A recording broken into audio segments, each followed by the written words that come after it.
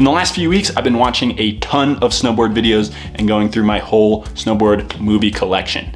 And that started to make me ask myself, what are my all-time favorite snowboard movies that I have grown up with? So in this video, I'm gonna be breaking down my top 5 favorite snowboard movies of all time. Everybody is gonna have a completely different list of their all-time top snowboard movies.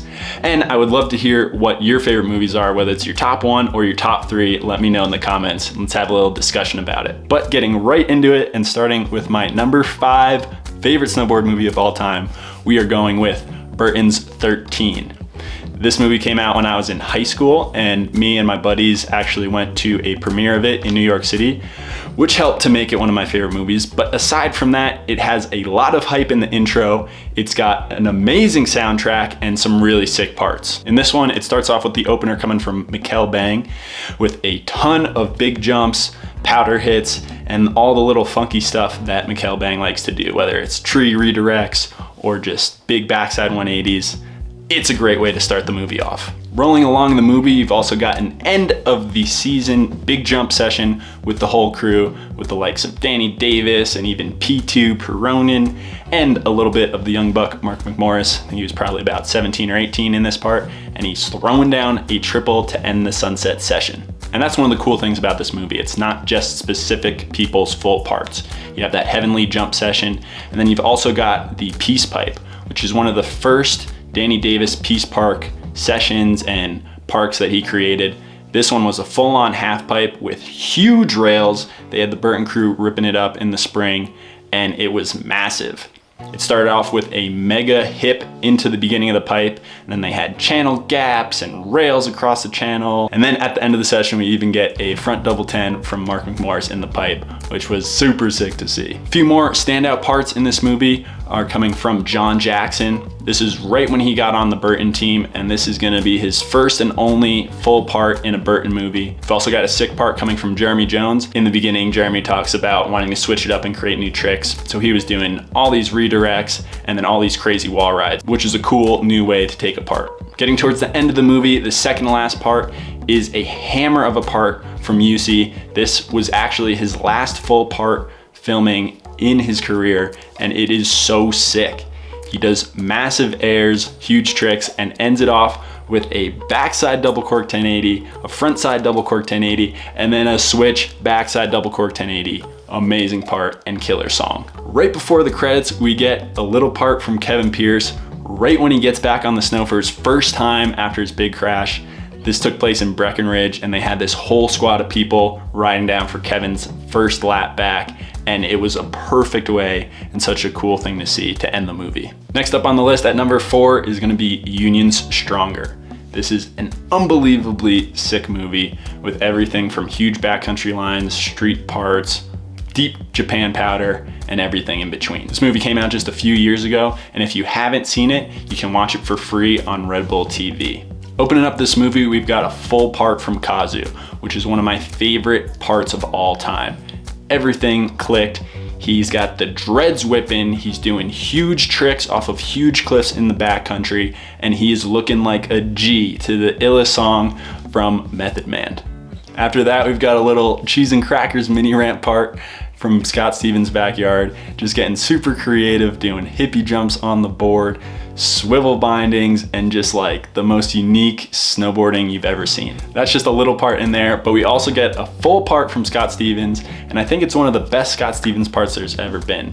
Every time he's coming out with films, he's creating new tricks, and this is no exception. One of my favorite parts in this movie is Johnny O'Connor. This is one of the parts that helped turn him pro, and he uses a dope Charles Bradley song and some hammer tricks. Later on in the movie, we've got a part from Travis Rice, and anytime Travis is snowboarding in a movie, it just makes it that much better. He is ripping it as always in this part. We've also got a part from Dan Breezy doing his big breezy thing, hitting huge mega rails, and just getting kind of creative with it all in a big way. This part showed that Dan Breezy wasn't slowing up at all, but this was the last full part that Dan Breezy filmed, and I gotta say, he went out with a hammer. And then wrapping it up, we get an ender part from Torstein Horgmo. He rips it deep in the backcountry, some big old booters, and then tears it up in the streets for an overall super well-rounded part. Now, when I was getting down to the top 3 movies to decide which ones were which, it was a really hard decision in my mind, but coming in at number 3 is That's It, That's All from Travis Rice. I remember all fall of the season this movie came out, I had a big poster of That's It, That's All on my wall, and then I got the movie for Christmas and I was beyond excited. And just as Mark Landvik describes here, too much powder, not enough handrails. I was one of those kids that really only liked to watch rail parts before this, because that's what you like to do when you're young. But after watching this movie, it kind of opened my eyes to how sick everything else in snowboarding could be. But basically through this film, Travis and his crew that he had picked specifically traveled the whole world. From Jackson Hole, when they were building these huge ravine gap jumps. They moved to Alaska to shred some of the biggest lines with Jeremy Jones and friends. And then this was also part of Travis's career when he was competing in big airs across the world, like in Japan and San Francisco and all over the place. It's also a really inspirational and motivational film. Travis has some great quotes about why he snowboards, why he loves it so much, and just exploring and traveling all over the place. One of my favorite parts in this movie is when the crew heads down to New Zealand and shreds Snow Park, which is no longer a resort.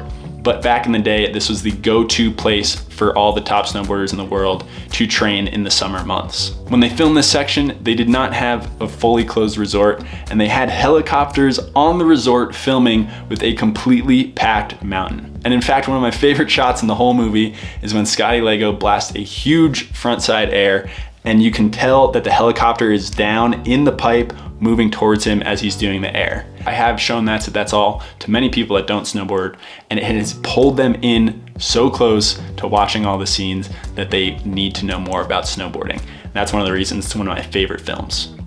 And so my second favorite snowboard movie of all time is Shoot the Moon, coming from Videograss. If you don't know about Videograss, they are a snowboard film production company, and all they do is shoot and make movies. Some of the sickest rail movies of all time. And because Videograss is not a snowboard company, they have a huge crew of friends from all over the spectrum of snowboarding that came together to make these movies. This movie opens up with another one of my favorite parts of all time, Louis Paradis. The combo of the French song and his unreal rail riding across the streets of Quebec and across the world are some of the sickest and cleanest snowboarding I've ever seen. Across the board in all of these parts, they are matched up so well with the songs that I think it is one of my favorite soundtracks of any snowboard movie.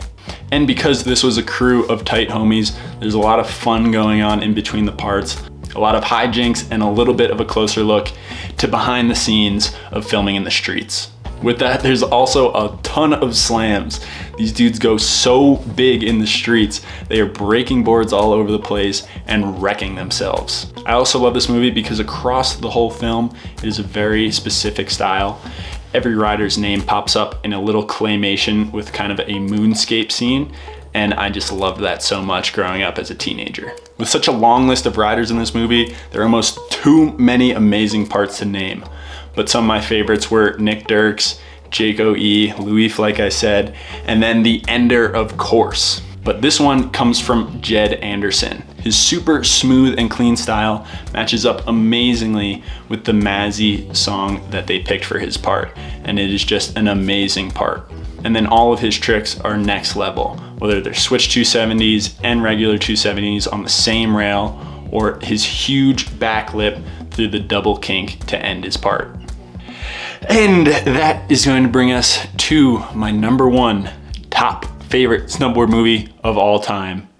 And that is That by Forum. This is actually one of the first snowboard movies I ever owned, and it is such a classic. This movie is in the prime time Forum era and has all the OGs, including Eddie Wall, Pat Moore, JP Walker, Jake Laval, Devin Walsh, Lori Hasarki, Peter Line, Yanni Malmy, Stevie Bell, Travis Kennedy, and Ika Backstrom. Because this was my first snowboard movie, this was my first dive into the snowboard world and the whole snowboard culture. This movie came out in 2006, so I was in about 6th grade, and it blew open my mind. But aside from being the first snowboard movie I ever owned, there are many reasons why this is my all-time favorite snowboard flick. For starters, this was back in the era when brands put a lot of money into videos because that was their main project for the year and a source of showing their brand to the world. Because of that, teams like Forum would go on trips just to film, whether it was Europe for street missions or Alaska, Whistler, or BC for big backcountry missions. Because of that, there's a big team camaraderie, which you can see through the whole film. And in that, they have this cool style through the whole thing where it's kind of these green screen effects in a studio. They have some really cool setup studio space for all the intros for the riders. And they also did this mannequin thing where they would line all the riders up and pose as the person whose part it was. And it was just a really cool, unique thing to do for a full movie.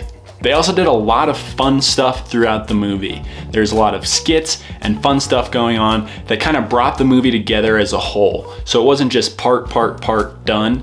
It was part, some fun stuff to go along with it and to get you to laugh and feel like you were part of their crew. To start this movie off, we open up with Travis Kennedy, one of the illest parts of all time. Super baggy style, thugged out, on the rails, all over the world, and a banger of a song to go with it. It seems that across this whole movie, every song matches up so good with the part, and it is a classic soundtrack from the 2006 era. Wrapping this film up, JP Walker takes the ender. The dawn with all the hammers in the streets and in the backcountry, the O'est of OGs. It is such a classic part from the mid 2000s. And that is my top 5 favorite snowboard movies of all time. This is a new style of video that I'm trying out and I had fun with doing a top 5. If there's any other top 5 ideas that you have, let me know below also, because this has been a fun one to make. But anyways, we'll see you in the next one. Peace!